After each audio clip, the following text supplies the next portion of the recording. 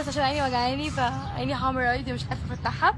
كنت عايزه اقول ان الايمان في القلب مش شرط عشان اكون انا مؤمنه ان انا البس نقاب او البس خمار. ومش شرط ان انا عشان اصلي لازم اتحجب حجاب كامل. انا كنت عاوزه ده بس انا مستنيه الفرصه الصح عشان ما اجيش اقلعه تاني. فالقلب ده ربنا بياخد منه، ما بياخدش بان انا البس نقاب وان انا اروح جايه لابسه جلباب وان انا اعمل.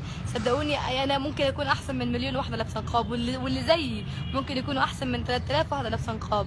الايمان في القلب.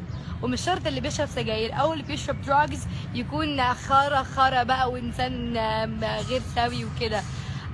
برضو ربنا عالم بكل واحد جوه قلبه ايه. بس وباي باي. كفرتاكة عالطبلة وعالسكة ساكة فرتاكة ضغط ومعاك